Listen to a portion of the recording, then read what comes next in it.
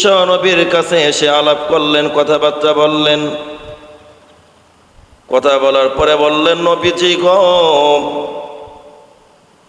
আমার মনের মধ্যে দুইটা দুঃখ, দুইটা বেদনা, যদি আপনি সমাধান করতে পারেন গো নবীজি, আমি অনেক শান্তি পাবো, পেরেশানি দূর হয়ে যাবে। নবী আমার ডাক দিয়া বললেন, সাদ সালেমি, তুমি বলো তোমার কি দুঃখ, তোমার কি দুইটা বেদনা? হযরত সাদ সালেমি রাদিয়াল্লাহু তাআলা আনহু ডাক দিয়া বললেন, নবীজি, আমার চেহারাটা তেমন ভালো নয়, আমার চেহারাটা কালো, আমি গরিব সাহাবী। ওগো নবীজি, আপনি একদিন বলেছিলেন যারা জান্নাতে যাবে, কালো মানুষ জান্নাতে যাবে না, যারা জান্নাতে যাবে সবাই সুন্দর হয়ে জান্নাতে যাবে। আমার টেনশন, আমার পেরেশানি, আমার দুশ্চিন্তা, ও নবী গো, আমি না জানি আমি জাহান্নামী হই কিনা। আল্লাহ রাসূল ডাক দিয়া বললেন, সাহাবী, চিন্তা করো না।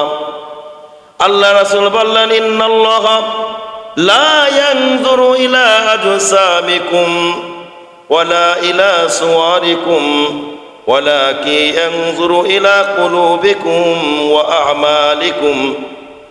আল্লাহ রাসূল বললেন, সাহাবীরে, আল্লাহ পাক রব্বুল আলামিন মানুষের দেহ, চেহারা, সুরত দেখেন না। কে ধনী, কে গরিব, কে চেয়ারম্যান, কে মেম্বার, কে এমপি, কে সাধারণ জনগণ, কে মুসল্লি, কে ইমাম, কে পীর, কে দরবেশ, এটা আল্লাহ দেখেন না। কে কোন বংশের লোক, এটা আল্লাহ দেখেন না। তোমার ভিতরে যদি ঈমান থাকে, তোমার মধ্যে যদি আমল থাকে, চেহারাটা যদি কালো হয়, ওই ব্যক্তি সবার আগে জান্নাতে যাবে। এক নম্বর চিন্তা আল্লাহ রাসূল দূর করে দিলেন।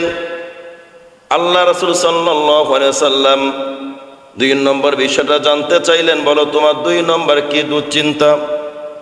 হযরত সাদ সালেমী রাদিয়াল্লাহু তাআলা আনহু ডাক দিয়া বললেন, নবীজি গো,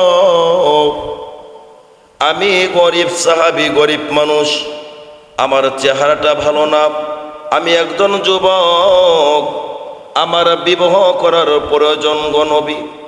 মদিনায় অনেক ফ্যামিলিকে আমি প্রস্তাব দিয়েছি, কেউ আমার প্রস্তাব গ্রহণ করে না, কারণ আমার টাকা পয়সা নাই, বংশ তেমন ভালো না, আমার পিতা মাতা নাই, আমার আত্মীয় স্বজন তেমন কেউ দুনিয়াতে বেঁচে নাই। ও নবী, আমার চেহারাটা কালো, কেউ আমাকে বিবাহ দিতে রাজি হয় না। নবী গো, আমি কি একটা সুন্নাত আদায় করতে পারবো না? নবী আমার ডাক দিয়া বললেন, পিঠে হাত দিয়া বললেন, সাহাবীরে, তুমি কোনো চিন্তা করো না। সাহাবায়ে কেরামকে জিজ্ঞাসা করলেন, আমর ইবনে ওয়াহাব, সে কি মসজিদে এখন আছে? সে কি এসেছে? খোঁজ করা পড়লে দেখলেন না, আমর ইবনে ওয়াহাব রাদিয়াল্লাহু তাআলা আনহুকে দেখা যাচ্ছে না।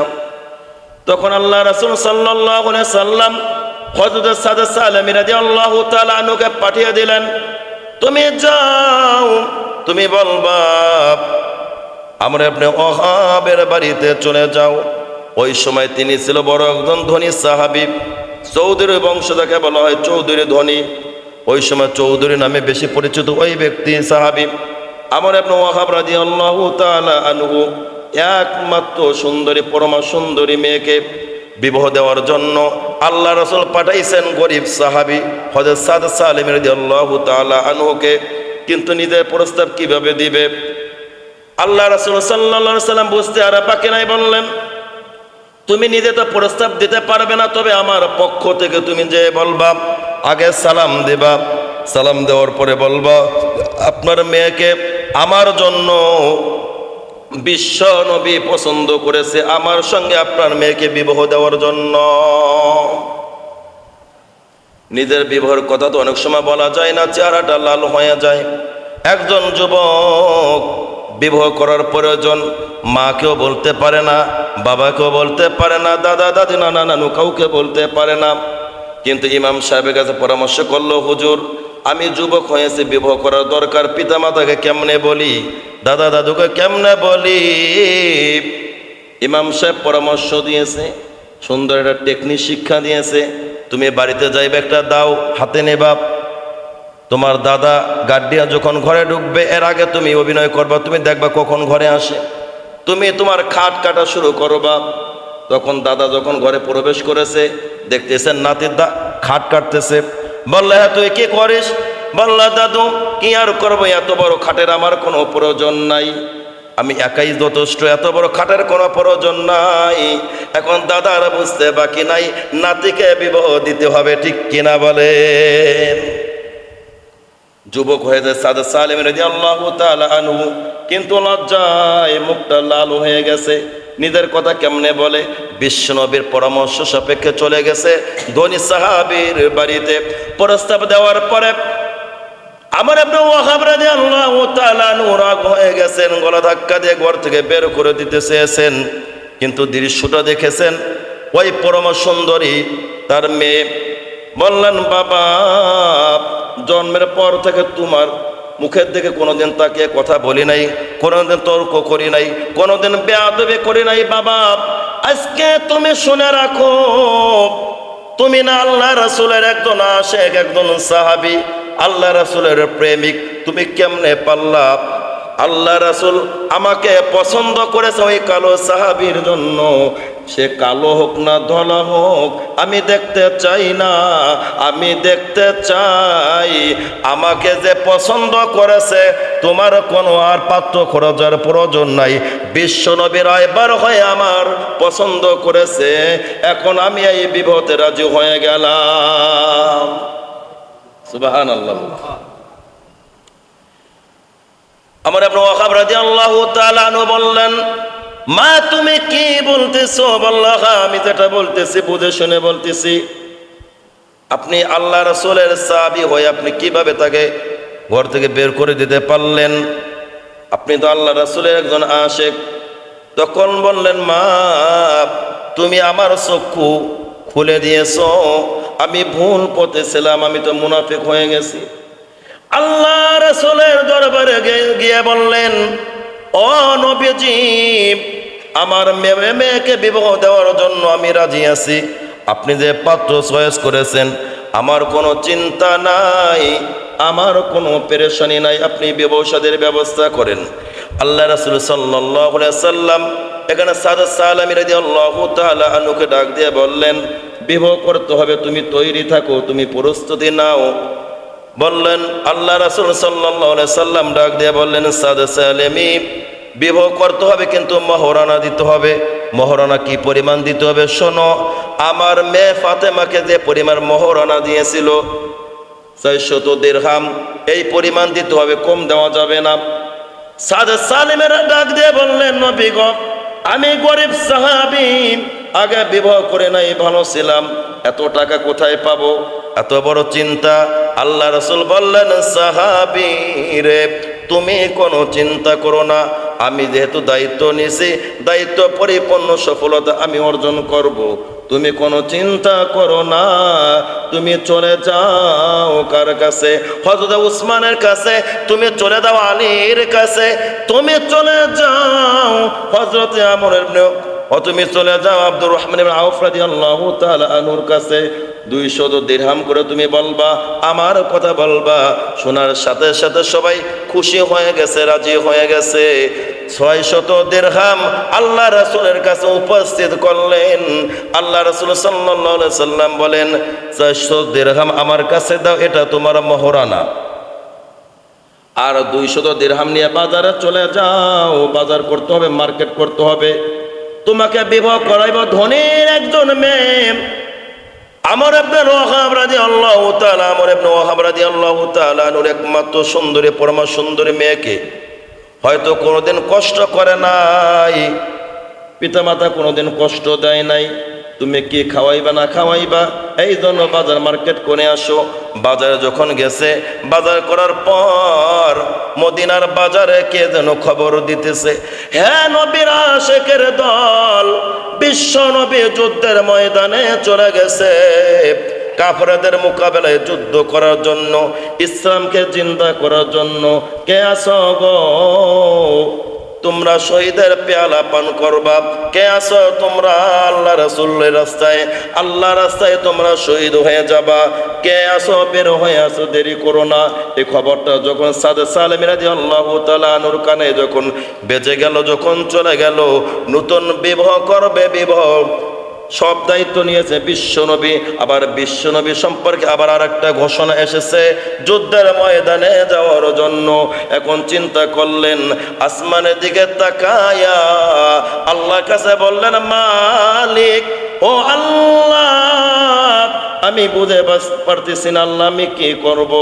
আল্লাহ তোমার বন্ধু আসমানের নিচে জমিনের উপরে যার মাকাম, বিশ্বনবী মুহাম্মদ হারগেজ না গুফতা, তা না গুফতা জিবরাইল, জিবরাইল হারগেজ না গুফতা, তা না গুফতা রব জালিল। তোমার বন্ধু তো নিজের পক্ষ থেকে কোনো কথা বলে না, আল্লাহ তোমার হুকুমে বলে, আমি কি করব আমি তো বুঝে পারতেছি না। তখন আল্লাহ পাক রব্বুল আলামিন সাদে সালেম রাদিয়াল্লাহু তাআলা আনহু বাজারের কথা, বিবির কথা ভুলে গেলেন।